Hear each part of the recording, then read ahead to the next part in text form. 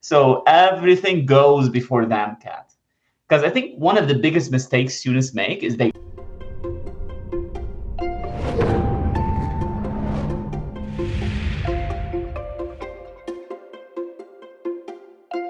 Ollie back for some more MCAT podcasts, MCAT 101 series, scheduling study time. This is probably the biggest, if you go onto Reddit or Student Doctor Network, it's like, help me create a study plan. How do I figure all of this out? There's a lot of information that students need to know for the MCAT. Besides, right, on top of what we've already said about it's a critical thinking test, but there's still a lot of things that you need to know. How does a student start this process? just put pen to paper and just start writing down what's on your schedule, what's going on in your life outside of the MCAT. And then you start figuring out, when can I study for the MCAT? So if you're taking classes, you want to put time for your classes and time to prepare for your classes. We talked about this in a previous episode, but it's very important to keep a kind of a regular schedule preparing for your classes. I would rather you study less every week than you have to take 3 weeks off on midterms and finals every time, or every time when you have a big exam where you just forget the MCAT for a week or so. And then it's going to take you a lot of time to go back into your rhythm studying for the MCAT. So put your classes in, the time to study for your classes, put any time where you do research or you do work or you volunteer, time to see your family, time to see your friends. So everything goes before the MCAT. Because I think one of the biggest mistakes students make is they overload the schedule with MCAT.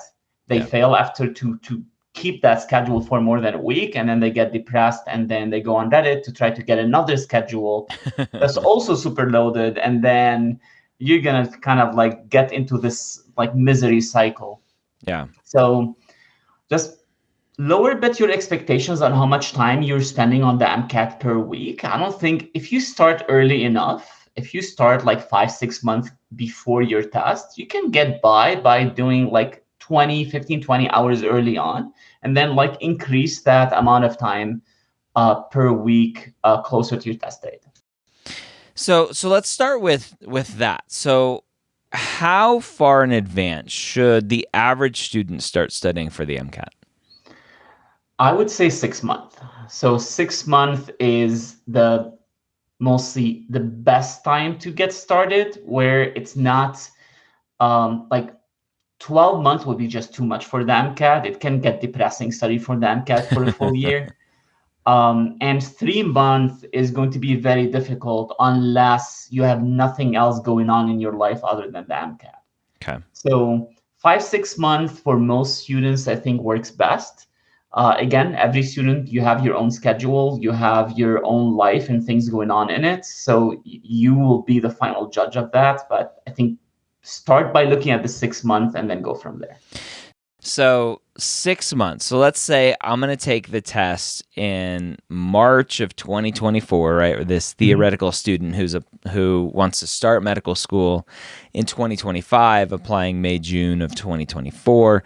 I'm going to take the test March of 2024. So going back 6 months, with some fuzzy math, we're looking at September-ish of so around now, of 2023, right? And when you look at that timeline, it's like, holy moly! I just started undergrad, and now it seems like in a flash, I need to start prepping for the MCAT. And so that's just again the thought process that goes into the MCAT and the timing of everything. It gets away from students because it moves so fast. Yeah. So, but students who are prepared to start early tend to be the students who are mostly successful with their application. Yeah. And you know this best. You've worked with a lot of students applying to medical school. So students who wait till the last second to start studying for the MCAT, taking the MCAT, or applying to medical school, and they will get to a point where they have so many things on their plate that something has to give, where they either have to put less effort into their classes, less effort into their essays and application, or less effort into the MCAT. Yeah. Something breaks usually. Yeah.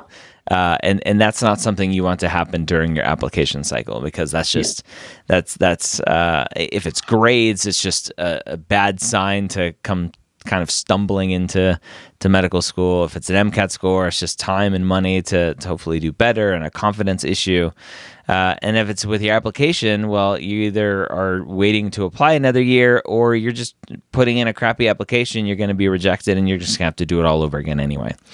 So it's lots of planning to make all of this work well, to put all the pieces together and to apply to medical school appropriately. So let's talk about a student who is again 6 months out from applying. You mentioned like 15, 20 hours a week. That's a lot of time. Like that's a full part-time job for a lot of people is MCAT prep. And so if they're working a full-time job or they're a full-time student, how are they supposed to fit all this time in? Yeah, it's not going to be easy. I think this is the number one thing with students. You underestimate how much effort goes into the MCAT. Unfortunately, like a lot of pre-med advisors do not help in that regard, where they tell students, yes, you need to take a lower load when you're studying for the MCAT. Don't take like 18 credits and study for the MCAT at the same time. But it's important to try to follow simple rules when you're trying to allocate these hours on your schedule. And for me, rule one is always you should have a day off per week. I think this is great for your mental health to have a day off where you don't touch the MCAT, and preferably you don't study for your classes either, where maybe you just like go out, or if you have light work on that day, if you're a working person, then that would be your day off.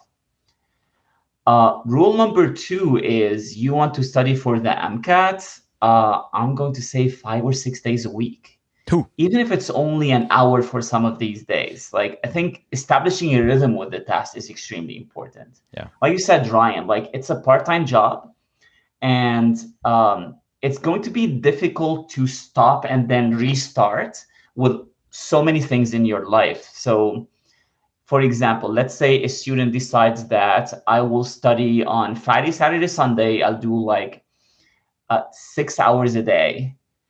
And then I'll go Monday through Thursday, don't touch the MCAT. Then that Friday is going to be very hard to get back on that horse and study for the test. Mm-hmm. A better plan would be to study a couple of hours on Monday, Tuesday, Wednesday, Thursday, maybe take Friday off, and then study more heavily on Saturday, Sunday. This would be, it's less of a task where you only need to take, like on some days, you only need to take a couple of course passages. Mm-hmm. That's a good thing. Like it's doable. It's not going to interfere with the rest of your schedule.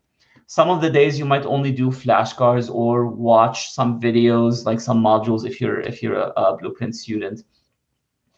And some of the days where you want to sit down for hours at the library and do your practice. Yeah. So you can mix it up, and I think that works better. When it comes to kind of laying out a study plan, we've talked several times now about a mile wide and inch deep. That's content on the MCAT and what the MCAT covers. As a student is thinking about studying for the MCAT, again, a very common mistake that we all see is students going too heavy into content review. Yeah. As they're building their study plan, how do they kind of make sure that they're not going too in-depth into topics that they just don't need to go that in-depth with? I think the main reason for students who go too much in-depth or spend too much time on content is that they're afraid that, what if I spend 2 hours studying acid bases today? What if I forgot this next week? Or what if I forgot this by the time I took the MCAT? It's a feeling that I need to have a complete understanding and memorization of the facts now, 5 months before the test. But you need to remember that you will be exposed to the material multiple times. It's not like you're going to study like enzyme kinetics today and never see it again before the MCAT. You will see it on practice questions, practice passages. And back to the content and how deep we go into the content. A mistake students make is that they confuse difficulty with importance. And that, oh, if a topic is difficult, it must be important for the MCAT and it must dedicate hours towards it. I had a tutoring students once come to me like on the verge of tears, and like I spent the last 3 hours trying to understand sonic booms. Sonic is very hard for me. Like, come on, like sonic, that's not tested on the MCAT maybe at all. Like it's especially when it comes for physics. Like it's my favorite topic. Like in high school and in college, like I love physics so much. But it's not an important topic for the test. Don't spend too much time on a single topic. And if you want to spend a lot, like 3 hours on a topic, spend it on knowing your amino acids, on molecular biology, something that will give you a lot of points. Yeah. So the rule of thumb is you want to take practice questions at the end of the day. Go through the material with a focus on, do I understand the big picture? If I do, I'll take a few practice questions. If they go well, then I'm good. If they don't go well, then next week I'll take a few more practice questions. This is a concept called retrospective learning. So you mentioned Reddit earlier. So there are a lot of like sample calendars on Reddit that you can get to that will give you a 2-month calendar of what to do every day. Yep. This is called prospective learning. Mostly you, from day one, you know what you're doing every day. Yep. And like research on how to learn shows that this doesn't really work. Even though that some of these calendars are neat, I like them like as a template to start with, but not a great way to prepare for a test like the MCAT. What I would do is I would study every topic in small doses, but for topics I don't do well on, I take them in more doses than topics I do well on. So for example, I'm only gonna sit down to do, let's say, acid bases, for example. I will only do 1 hour on my first sitting. And then I'll take a few practice questions. If this goes well, I'll come back to it in 3 weeks. If this doesn't go well, I'll go back to it next week.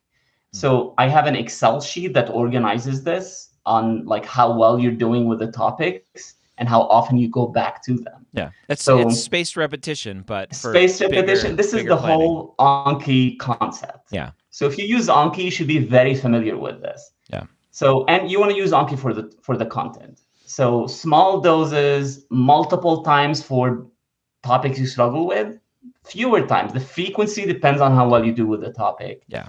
And this keeps you from getting too stuck into it. So I tell my students, like, stick to maximum an hour and a half per topic for your hardest topic content and less for most other content.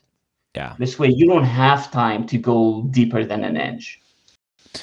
Yeah. And I like that because it's less intimidating. And I think students get very intimidated with, okay, I have to sit down for 8 hours and study this one topic. And that's very intimidating. And what happens is an hour in, they go, oh my gosh, I have 7 more hours of this. And then they take out their phone and they check social media and they go get some food and then they check their favorite TV show. And then by the end of the day, they've only studied an hour and a half of the 8 hours that they wanted to study. And it's just defeating, right? And so I loved smaller bite-sized chunks of material. I'm in the middle of reading a book called Tiny Habits right now. It's very similar to that line of thinking where it's just like, start with 1 push-up, right? Don't tell yourself you're going to wake up and do 100 push-ups every day. Just start with 1, right? Floss 1 tooth, brush 1 tooth, and get into these habits. Hopefully brushing teeth is not a habit that you need to build, but hey, some people it is. And so I love this bite size. It's very kind of Anki-ish. It's very Pomodoro technique. I love it, and hopefully it's less intimidating, which will make more students successful in getting done what they need to get done, what they plan to get done. It's so important. You mentioned Anki and spaced repetition. Blueprint actually has a brand new spaced repetition flashcard platform that students can use as well, which is part of their free account. And I want to bring this up because with the free account, there's a study planner tool, right? So we're talking about how to create a study plan, but Blueprint has a tool that any student can go use for free. Talk about what that tool looks like. Yeah, so mostly this is a tool that allows you to like organize yourself and studying for the MCAT. It's flexible enough to allow you to reorganize your schedule as you go. And I think in here I want to go like on a bit of a digression. This is like part of why I love our calendar is because you cannot be rigid in your prep for the MCAT. Like if you think I want to study this way and 2 weeks later it's not working and you keep pushing and you think that maybe if I push harder or if I maybe like spend more hours then it's going to work. That's kind of like you're deluding yourself into that this will work for me. Yeah. You want to always be flexible, always change. I tell my students this in classes or in tutoring. You don't need to listen to my advice. You just need to try it. Yeah. If it works, keep using it. If it doesn't work, then don't use it. There are no one way that works for every single student. There's no one combination of, oh, on Tuesday you do this, on Wednesday you do that. That works for all students studying for the MCAT. So allowing for flexibility and moving things around. And just like to keep track of where everything is and how organized you are, what you need to do, what you still have to do, what you have done. I think this is very helpful. So I encourage everyone, just even if you're not buying our product, it's a free resource. It helps you get organized. Then go start with it. Yeah. The constant kind of improving and checking in and doing all that, I call that course correction. And I don't talk about it as much as I used to. But I love that philosophy. Going through your undergrad classes of like every single day, well, I didn't study enough today or study as much as I wanted to today. Like check in with yourself. Why is that? And then course correct the next day. You get your quiz score back. You didn't do as well as you wanted to do. Reflect on that and then course correct. And I always give the analogy of the plane flying from New York to Los Angeles is never flying in a direct line. The wind is pushing it left off its course and south off its course and north off its course. And the plane is constantly moving back and forth, correcting itself every single second, every single minute along the way. And that's what you as a pre-med student need to do is like, I want my A, but sometimes you're over here and sometimes you're over here and you're just constantly checking in with yourself and asking yourself questions about how you're feeling and if you're happy and are you burnt out, are you whatever, and just making sure that you're doing everything you need to do.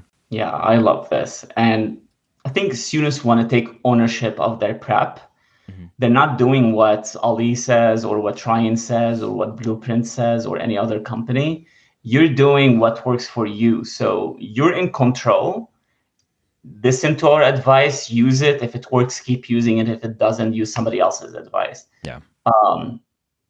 Just make sure you are making decisions that are working for you and not just because Reddit said this or I said this or you said this. Yeah.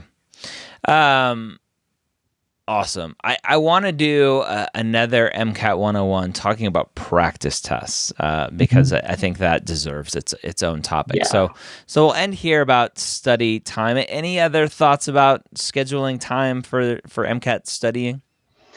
Yeah. So if you have a busy schedule, let's say you have classes or you have a full-time job, I found that, and again, different people have different schedules and they prefer different times of the day to study.